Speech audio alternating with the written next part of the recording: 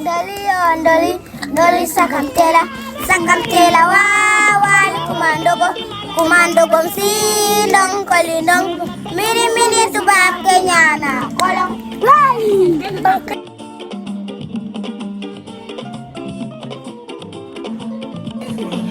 La teranga au Sénégal, ça veut dire bienvenue. C'est l'hospitalité que nous avons envers les étrangers. L'hospitalité. La tolérance, la compréhension, accueillant. La teranga, c'est accueillir les gens chez toi, les nourrir, les loger. Wow, la teranga signifie hospitalité et c'est pas un simple mot.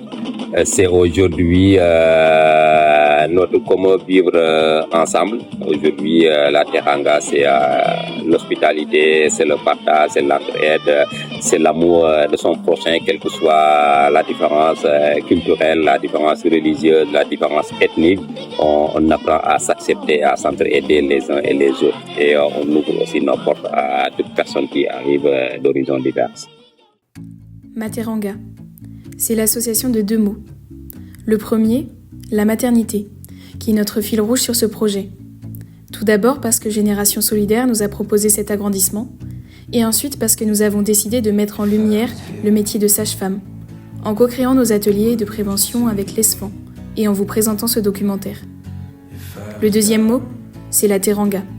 Et comme nos familles l'ont déjà bien mieux décrit que nous, je le résumerai en deux mots, l'hospitalité sénégalaise.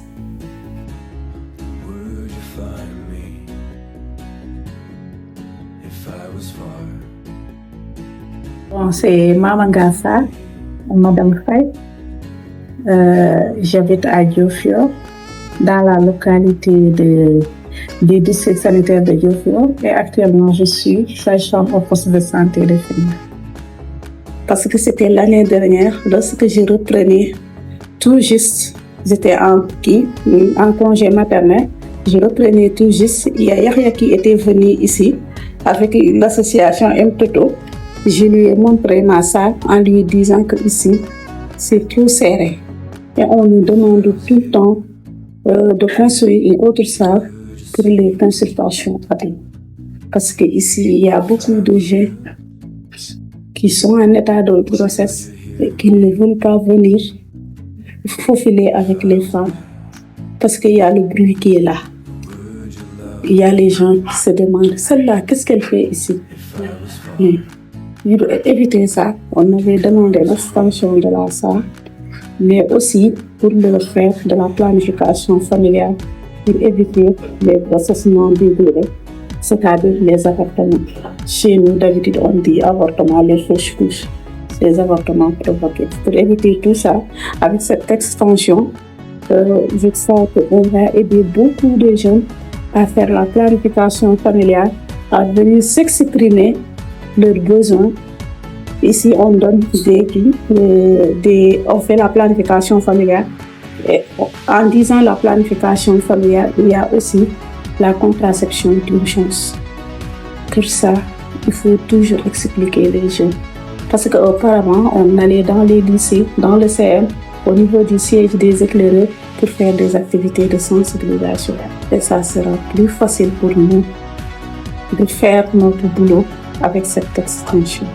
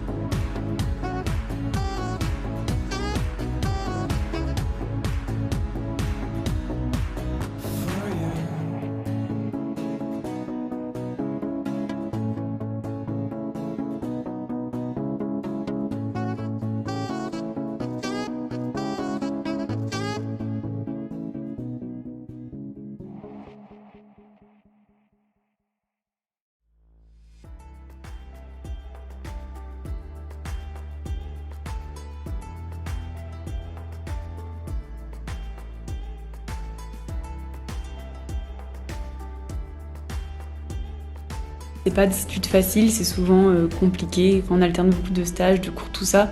Mais quand vraiment on se lance dedans, en fait, on voit le bout.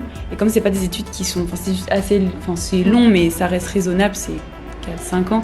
Et en fait, quand vraiment on rentre dans l'étude, c'est dur, mais on se dit, ok, bon bah là j'ai appris ça, ok ça m'intéresse, bon il y a une partie qui m'intéresse moins. Et en fait, au fur et à mesure, on va construire la sage-femme qu'on veut devenir, comme disait les filles. Moi de base, je voulais faire de la médecine humanitaire.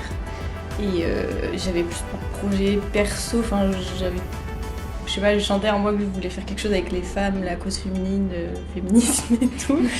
Mais je pensais que ça serait plus un sujet qui serait perso et pas forcément mon métier. Et puis bon bref, mon parcours de médecine a fait que j'ai fait une LAS2 et que pendant ma LAS2 je me suis rendu compte que médecine c'était peut-être compliqué et qu'en fait maïeutique ça me plairait beaucoup et je me suis dit en fait t'es peut-être un peu bête parce que ton projet perso peut devenir ton projet professionnel et que j'aurais peut-être encore plus d'impact et je pourrais faire plus de choses en acceptant que ce soit mon métier et d'être H24 là-dedans. Et c'est des métiers où tu vis ton métier, c'est une vocation plus qu'une profession quoi. Et donc je me suis dit que le seul moyen d'atteindre cette patientèle-là, ce public-là, c'était d'en faire son métier et j'ai un peu l'âme révolutionniste, de vouloir changer les choses et les pratiques et de me dire que voilà. Et en plus là en faisant mes stages, je me rends compte que j'ai pas forcément besoin de partir très loin, que l'humanitaire il est vraiment là quoi, et il est partout. Et c'est un métier où on parvient à aider tout le monde. On peut dire la santé maternelle et infantile. Mais ça ne se limite pas là-bas. On aide aussi les autres comme les hommes. On aide. Parce que c'est un métier où c'est impact. C'est ce que je dirais. On aide tout. Et faire les accouchements, sauver des vies, c'est tellement intéressant. Une fois que j'ai réussi à faire accoucher une femme qui est dans des conditions tellement difficiles, je suis très contente. En tout cas, je le fais par passion. Nous, on arrive, déjà on est dans des études médicales, donc on a l'impression, on oublie à quel point c'est pas évident forcément. Et en plus, on arrive avec nous déjà notre bagage culturel face à des femmes et des familles qui n'ont pas le même bagage culturel et social que nous. Et comme on disait tout à l'heure, en fait, des fois, malgré toi, c'est dur de pas être dans le jugement, en fait. Et quand t'es là-dedans, tu dois te remettre en question en mode est-ce que je fais ça parce que j'ai de la méconnaissance? Est-ce que c'est parce que j'ai de la méconnaissance envers cette culture et je prends pas le temps de m'y intéresser? Ou est-ce qu'il y a vraiment des points d'alerte? Et en fait, c'est hyper enrichissant parce que des fois t'apprends vraiment des choses, mais en fait c'est tout ce travail-là, de te dire que ça fait vraiment partie de ton métier encore plus à Nantes. Quand Fanny disait ici l'humanitaire il est là, c'est vrai en fait. On reçoit des femmes des 4 coins du monde qui ont souvent des parcours plus ou moins faciles, mais souvent moins que plus. Et en fait, oui, c'est vraiment tout ça, quoi. Il y a trop de choses, il y a plein de choses à prendre en compte. Et c'est pour ça que c'est aussi important de travailler avec d'autres professionnels pour appréhender ça au mieux, je trouve. Bonjour tout le monde. Moi, je m'appelle Mamadou Montagagnan. Je suis infirmier diplômé d'État, sorti de l'École nationale de développement sanitaire de Dakar. Donc, je suis affecté au poste de santé de Fimela depuis 3 années que j'exerce dans ce poste. La prévention est le socle. Donc, je peux dire que c'est la cheville ouvrière même du système. Parce que il faut mieux vaut prévenir comme guérir, comme on a l'habitude de le dire. Donc, il faut mieux s'appesantir sur le volet préventif que d'attendre jusqu'à ce que les gens tombent malades pour réagir. Donc, ce qui fait qu'il y a des déterminants, les déterminants de la santé, qu'il faudrait peut-être agir sur ces déterminants pour véritablement jouer un rôle d'avant-garde. Parce que si on laisse les populations seules, peut-être elles n'auront pas les connaissances pour pouvoir se prémunir de certaines maladies. Donc, ce qui fait que vraiment le volet préventif est un volet qui est très important quand même. Souvent, nous faisons des causeries au sein de la population. Nous allons même au niveau des domiciles, ce qu'on appelle les visites à domicile, pour atteindre le plus de personnes. Notre vocation première, ce n'est même pas de faire la consultation. Donc la vocation première, c'est de faire de sorte que la population ne tombe pas malade.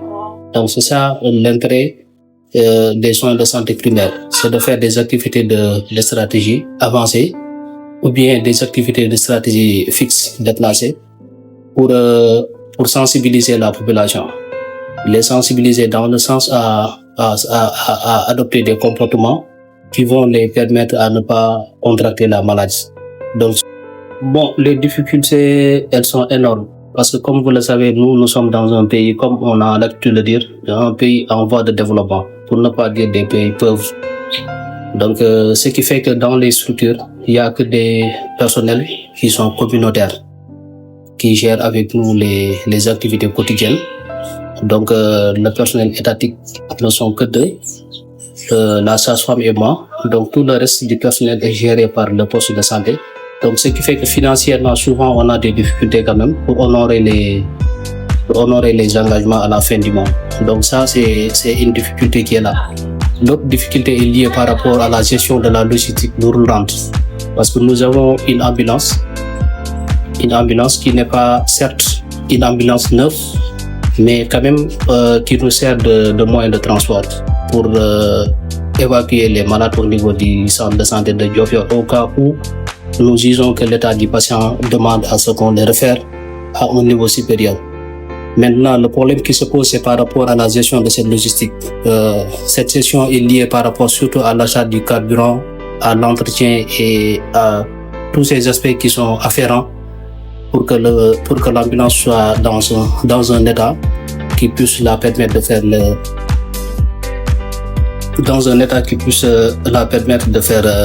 la distance entre Diofior et le poste de santé de Fimela. Donc ça, c'est un problème. L'autre problème, c'est par rapport au matériel de bureau. Donc vous l'avez constaté vous-même. Donc le matériel que nous avons dans nos bureaux ne sont pas des meilleurs, mais quand même on fait avec pour pouvoir gérer ne serait-ce que temporairement les malades. Bonjour, moi je m'appelle Yahya Diallo, je suis sénégalais habitant à Fimela dans la région de Fatick. Je suis chargé de projet coordinateur au niveau de la CAREM. La CAREM, c'est la coordination des actions pour la restauration des écosystèmes mangroves. C'est une ONG à vocation environnementale. En deuxième, je suis directeur du CMC, le Centre multimédia communautaire, qui enferme à son sein donc la radio communautaire, la 106.1 FM. Et puis, je suis le président de l'association Génération Solidaire qui vous accueille pour ce séjour. Génération Solidaire est une association porteuse de dynamique communautaire. Donc, elle a été créée en 2008 par 10 jeunes donc, de la localité et qui se sont eu comme mission de contribuer au développement de leur terroir. Aujourd'hui, depuis 2008, c'est à peu près une vingtaine de projets que nous avons encadrés, accompagnés avec des partenaires au niveau international. Et ces projets touchent les domaines de l'éducation, la santé, la culture et l'entrepreneuriat. Je fais de l'associatif. Pour moi, c'est une façon de contribuer au développement de ma localité. À la base, j'ai très tôt intégré aussi l'association des éclaireurs et éclaireuses du Sénégal. C'est un mouvement scout dans lequel on inclut des valeurs de citoyenneté, des valeurs de don de soi, des valeurs d'engagement communautaire. Et c'est là où j'ai vraiment appris cet engagement qui aujourd'hui me motive à travailler pour ma communauté.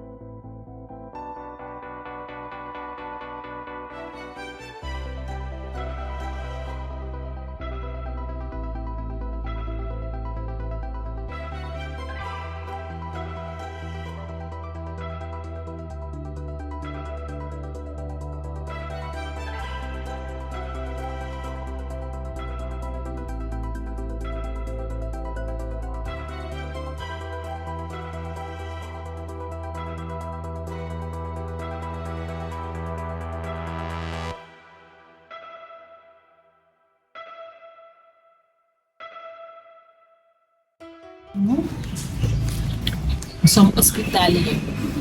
Ça fait longtemps. Depuis que notre grand-père est vivant, il acceptait de recevoir les étrangers. Je voulais bien vivre avec vous parce que les bons gestes que vous faites dans le village, ça me rend heureux. Vous venez ici à Fimela faire construire une salle. On avait besoin, ça fait 2 années. Et ça me fait beaucoup de fierté de vous héberger là. Si on me laissait, je pouvais héberger toutes les filles qui viennent ici. On a accepté de vous accueillir parce que c'est tout un plaisir de vous accueillir, de rester en famille. Parce que dès que vous êtes là, je vous ai considéré comme ma famille. Un jour, on est resté là et Fatou est venu. On doit avoir des étrangers. Elles veulent intégrer les familles. Acceptez-vous de prendre quelques-unes? Ma maman a dit non, il n'y a pas de problème. Parce que c'est des filles. Il n'y a pas de problème. Nous sommes tous des filles ici. Ok. Vraiment, ça nous a fait un grand plaisir de vous recevoir chez nous. Et échanger des idées, les mots aussi. Ça fait du bien de savoir les cultures des gens, des autres aussi. On accepte de vous accueillir parce qu'on voit que vous faites du bénévolat. Et c'est pas facile aussi de quitter un pays et d'aller dans un endroit où tu connais personne. Et dans cet endroit aussi, tu construis un édifice tellement important pour la société, pour la population. Du coup, moi, cet esprit-là, pourquoi pas ne pas être ouvert pour accueillir ces gens-là qui ont fait du bon boulot chez vous. On n'a pas hésité parce que nous, c'est ce qu'on connaît. Si une personne est en cas de besoin ou bien qu'il veut venir ici, il n'a pas où loger, il peut venir à la maison, c'est pas grave. C'est le Sénégal.